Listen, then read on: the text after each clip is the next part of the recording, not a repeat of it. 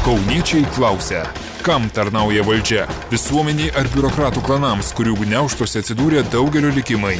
Kodėl nebepasitikime savimi ir nuolaidžiaujame, užuot kovoję už savo teisės? Kas kaltas, kad kyšių davimas, vagystės ir abejingumas tapo kasdienybė? Tik viešumas išsklaidys abejonės. Televizijos kanalo Pukas TV laidoje Kauniečių akimis. Sandraugos kitokia Lietuva pareiškimas. Dėl įvykių susijusių su banko Snoras afera. 2011 lapkričio 15 dieną Lietuvą sukrėtė griausmingo pavadinimo straipsnis Lietuvos ryte. Įsakymas sutrypti lietuviškus bankus. Straipsnio autorius nenurodytas. Po šio pavadinimo centre įdėta prezidentės nuotrauka, o po nuotrauka smulkesnių šriftų ir mažesnių ryškumų parašyta. Manoma, kad užsimojusi prieš lietuviškus bankus Dalia Grybauskaitė nori parodyti jėgą ir nubausti nepaklusnius. Iš karto pastebėsime, kad šis, manoma, yra eilinis grubus, niekuo nepagristas išpuolis prieš prezidentę, būdingas laikraščiui Lietuvos rytas. Dar daugiau, kaip netrukus paaiškėjo, užsimojęs prieš lietuviškus bankus ir prieš Lietuvos žmonės buvo ne kas kitas, o Lietuvos ryto akcininkas bankas Snoras. Straipsnio pradžioje rašoma: atlikti lietuviškose bankuose kratas, paskelbti apie aptiktas aferas, vadovus sulaikyti, o bankus perimti valstybei. Tokį krizės metu sunkiai suvokiamą planą, kurio autorių reikėtų ieškoti prezidentūroje, įsakyta vykdyti teisėsaugai.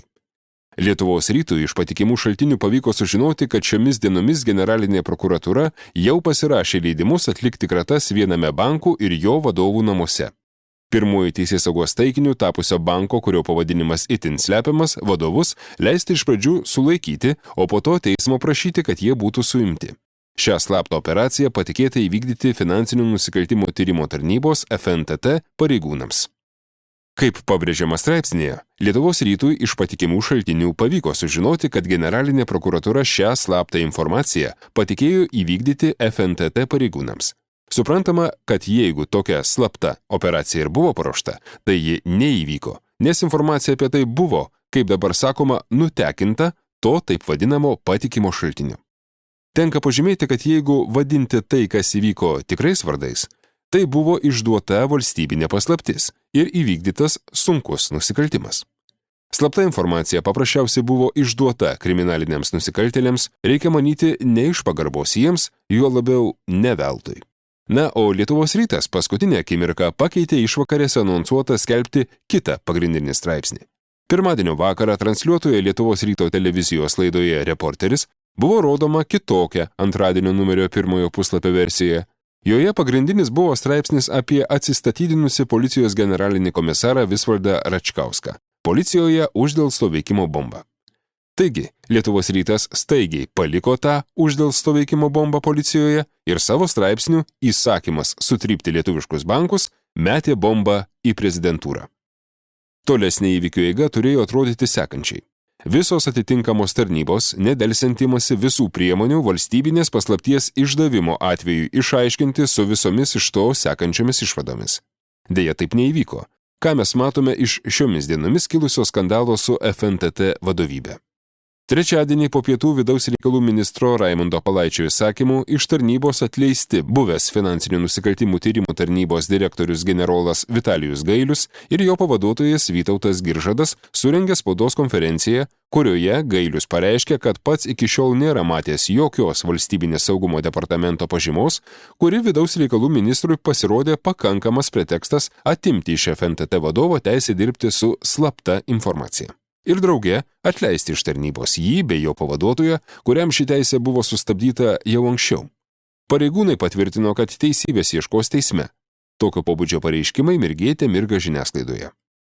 Toje pačioje spaudos konferencijoje Vitalijus Gailius pareiškė: tyrimai dėl dosniausių politinių partijų rėmėjų, ūkio subjektų, kurie laimi 100 milijonų vertės viešuosius pirkimus daugiau nei 2 metus.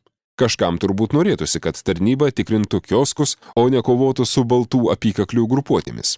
Net dirbdamas su žiauriausiamis nusikalstamomis grupuotėmis nesusidurdavau su tuo, su kuo dabar susidūriau, sakė Gailius. Informaciją apie Snorą Gailius disponavo keletą mėnesių ir mano, kad dėl tos informacijos jau seniai turėjo būti pradėtas ikiteisminis tyrimas. Štai čia ir prasidėjo keistenybės. Vasario 15 dieną www.delfi.lt paskelbta. Kubilius neturi informacijos apie Gailių. VSD sako viską pateikusi valstybės vadovams.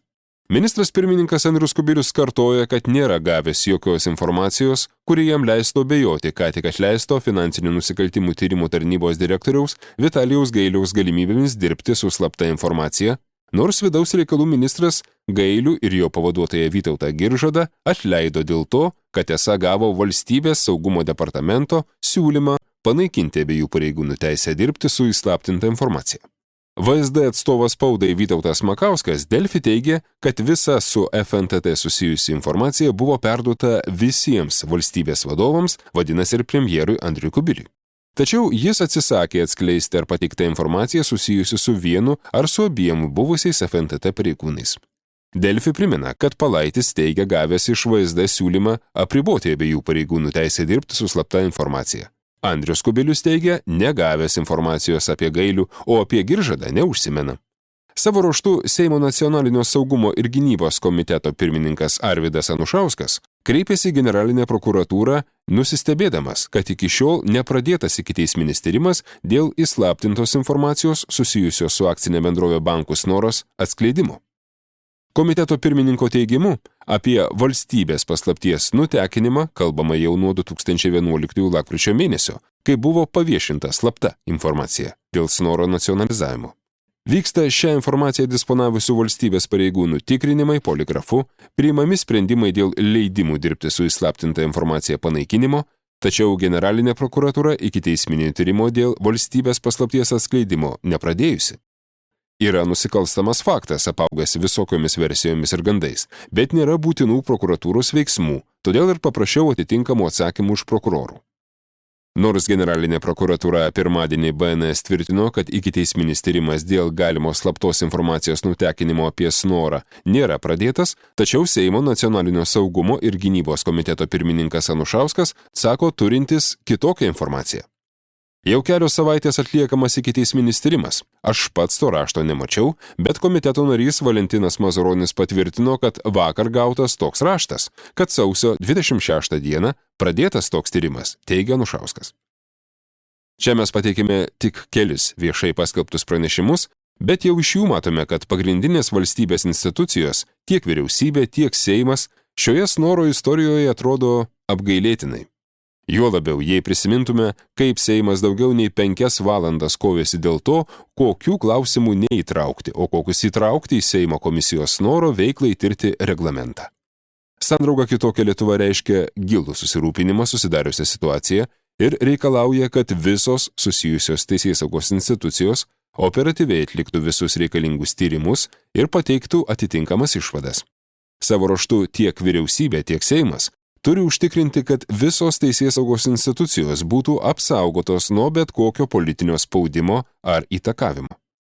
Tiesa, kad ir kokia jį bebūtų šiuo atveju, privalo būti nustatyta ir paviešinta.